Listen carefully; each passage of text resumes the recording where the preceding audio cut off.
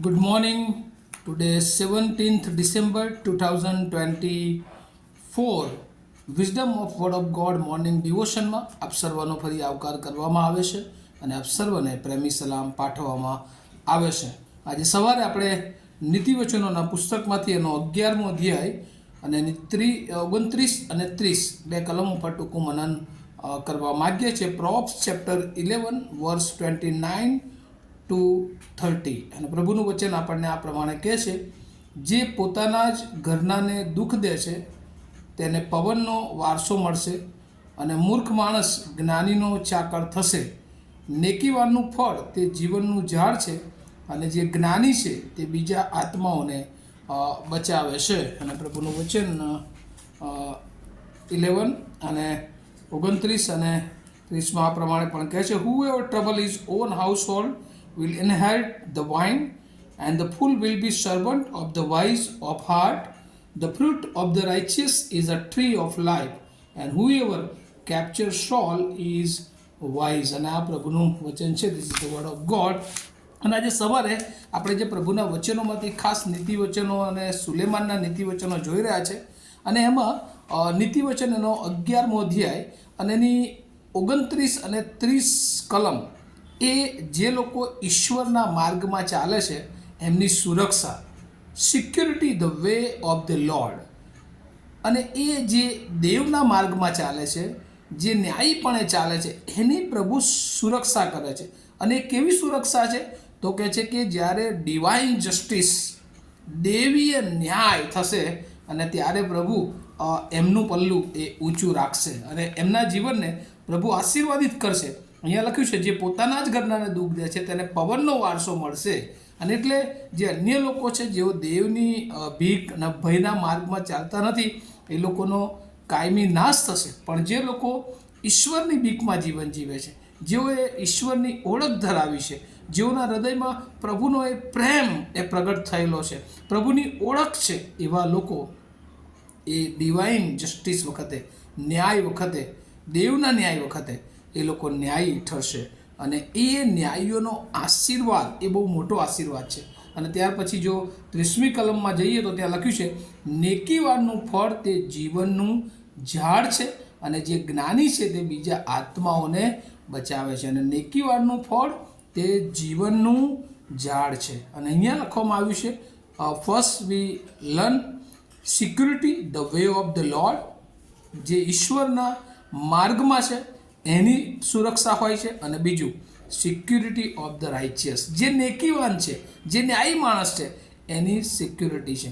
અને આપણે જો જોઈએ જૂના કરારમાં તો પ્રભુ કેવા આશીર્વાદો કે જ્યારે એના જીવન એના પર જે લોકો વિશ્વાસ કરે છે, એની આજ્ઞાઓ મળે છે, એ આપણે જોઈએ તો લેવીય અને એનો 26મો અધ્યાય અને 3જી કલમથી આગળ લેવિતિકસ ચેપ્ટર 26 વર્સ 3 to follow જો જોઈએ તો ત્યાં લખ્યું છે, જો તમે મારા વિધિઓમાં ચાલશો અને મારી આજ્ઞાઓ પાડીને તે પ્રમાણે વધશો તો હું તમને ઋતુએ વરસાદ આપીશ, સિઝનેબલ રેન જે પ્રમાણે જોઈએ એ આપીશ, ને ભૂમિ પોતાની ઉપજ આપશે, ને ખેતરમાંના વૃક્ષો પોતાના ફળ આપશે, અને તમારા પાર દ્રાક્ષોની તોડણી સુધી પહોંચશે, ને દ્રાક્ષોની તોડણી વાવવાના વખત સુધી પહોંચશે, અને ધરાતા સુધી તમે તમારી રોટલી ખાશો, ને તમારા દેશમાં સહી સલામત વસશો, અને હું દેશમાં શાંતિ સ્થાપીશ, ને તમે સૂઈ જશો,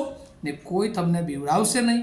હું દેશમાંથી દુષ્ટ શ્વાપદોને નષ્ટ કરીશ, ને તલવાર તમારા દેશમાં ચાલશે નહીં, અને તમે તમારા શત્રુઓને નસાડશો, ને તેઓ તમારી આગળ તલવારથી પડશે, અને તમારામાંના 5 તે 100ને નસાડશે, અને તમારામાંના 100 તે 10,000ને નસાડશે, અને તમારા શત્રુઓ તમારી આગળ તલવારથી પડશે. અને હું તમારા પર કૃપા દ્રષ્ટિ રાખીશ, ને તમને સફળ કરીશ, ને તમને વધારીશ, ને તમારી સાથે મારો કરાર એ સ્થાપિત કરીશ. અને આ જૂના કરારમાં જે વાલાઓ ઇઝરાયલના લોકો કે જેઓની સાથે ઈશ્વરે કરાર કર્યો હતો, અને કેટલા મોટા આશીર્વાદોની વાત અહીંયા વચનમાં લખવામાં આવી છે. અને આજે આપણે પણ જો ઈશ્વરના માર્ગમાં છે, ઈશ્વરની બીક રાખીએ છીએ, ન્યાય અને નેકી માં આગળ વધીએ છીએ, તો પ્રભુ એ મોટા આશીર્વાદોને અહીંયા એ બાબત લખવામાં આવી છે કે નેકીવાળાનું ફળ તે જીવનનું ઝાડ છે અને જીવનમાં જોઈતી તમામ જરૂરિયાતો પ્રભુ આપે છે. અને પ્રભુ ઈસુએ તો કહ્યું કે માર્ગ, સત્ય તથા જીવન હું છું. અને એ જીવન પ્રભુ આપણા જીવન માટે એ સુરક્ષા રૂપે પૂરું પાડે છે. ત્યારબાદ જો ગીતશાસ્ત્ર અને એનો 92મો અધ્યાય જોઈએ તો ત્યાં પણ જે આશીર્વાદોની વાત લખવામાં આવી છે, ગીતશાસ્ત્ર અને એનો 92મો અધ્યાય, અને ત્યાં કેટલીક કલમો પર આપણે જો જોઈએ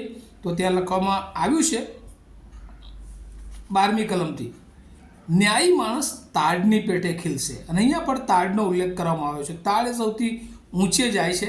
તે લબાનોનના દેવદારની પેઠે વધશે. જેઓ યહોવાના મંદિરમાં રોપવામાં આવેલા છે તેઓ આપણા દેવના આંગણામાં ખીલી રહેશે. અને ત્યાં 14મી કલમમાં તો વળી લખ્યું છે કે તેઓ ગળપણમાં પણ ફળદાયક થશે અને તેઓ રસે ભરેલા તથા લીલા રહેશે. અને એટલે પ્રભુના આ વચનો છે. અને પ્રભુ આજે સવારે આપણને ખાસ પ્રકારની બાબતો એ શીખવવા માગે છે કે જો આપણે પ્રભુના માર્ગમાં ચાલીએ છીએ, આપણે પ્રભુની બીકમાં ચાલીએ છીએ, તો કદાચ આ પૃથ્વી પર એ આપણને માન મળે કે ના મળે, પણ પ્રભુ આપણા જીવનને હંમેશા એક ફ્રૂટફુલ રીતે એ ફળ આપનારું જીવન એ હોય છે. અને ત્યાં લખ્યું છે કે જે નેકી છે, ન્યાય છે, જેમ ઈશ્વરે કરારની વાત કરી અને એ કરાર હંમેશા પ્રભુએ આપણને અનંતકાળી સુધી બચાવવા માટે અહીંયા લખવામાં આવ્યું છે. જે નીતિવચનનું પુસ્તક એનો 11મો અધ્યાય અને એની 30મી કલમના જે બીજા ભાગમાં આપણે જોઈએ છે, અને જે જ્ઞાની છે તે બીજા આત્માઓને બચાવે છે. પ્રભુ આપણા આત્માને તો પ્રભુએ બચાવ્યો છે, આપણા જીવનને બચાવ્યું છે, પણ જો આપણે પ્રભુની બીકમાં જીવન જીવીએ છીએ, ન્યાયી નેકીવાન જીવન જીવીએ છીએ, તો પ્રભુ આપણા દ્વારા પણ એ ઘણા બધા લોકોને એ પ્રભુ બચાવી શકે છે. અને એટલે માટે પ્રભુ લખવામાં આવ્યું છે કે આપણને જીવન મળે અને પુષ્કળ મળે માટે આ પૃથ્વી પર પ્રભુ આવ્યા છે. અને આ નાતાલના દિવસોમાં વાત યાદ રાખીએ, અન્યાયી જીવન જીવવાથી એ નાશ, મુશ્કેલી, મરણ, ટ્રબલ્સ એના સિવાય કંઈ જ મળતું નથી. પણ નેકીમાં અને ન્યાયી જીવન જીવવામાં, ઈશ્વરની બીકમાં જીવન જીવવામાં એ આપણને આત્મિક આશીર્વાદ મળે છે. અને આ પૃથ્વી પરના બધા જ આશીર્વાદો એ દરેક લોકો કરતાં સર્વશ્રેષ્ઠ એ શાંતિનો આશીર્વાદ એ તમને ને મને મળે છે. અને આ નાતાલે એ શાંતિનો સરદાર તમારા અને મારા જીવનમાં એ આવવા માગે છે. શું આપણે તૈયાર છીએ?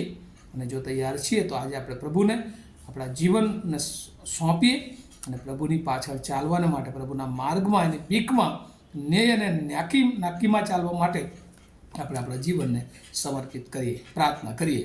અમારા જીવંત અને દયાળુ ઈશ્વર, બહુ આભાર માનીએ છીએ આજે સવારે પ્રભુ ન્યાયીઓને માટે, તમારી બીકમાં જીવન જીવનારાને માટે કેવી સુરક્ષા પ્રભુ તમે રાખી મૂકી છે, કેવા આશીર્વાદો તમે રાખી મૂક્યા છે એ પ્રભુ અમને જણાવ્યા છે. ત્યારે એ સમજીને અમે વધારે તમારી નજદીક આવીએ, તમારી નિકટતામાં રહીએ, તમને ગમતું, તમને પસંદ પડતું જીવન જીવીએ. અને એમ પ્રભુ અમે અમારા શાંતિના સરદાર ઈસુ ખ્રિસ્તને અમારા જીવનમાં સ્વીકારી શકીએ એવી કૃપા માગતા મારી પ્રાર્થના ઈસુ પ્રભુના નામમાં સાંભળો અને તેનો સ્વીકાર કરો. Amen. Have a nice day to all of you. Thank you.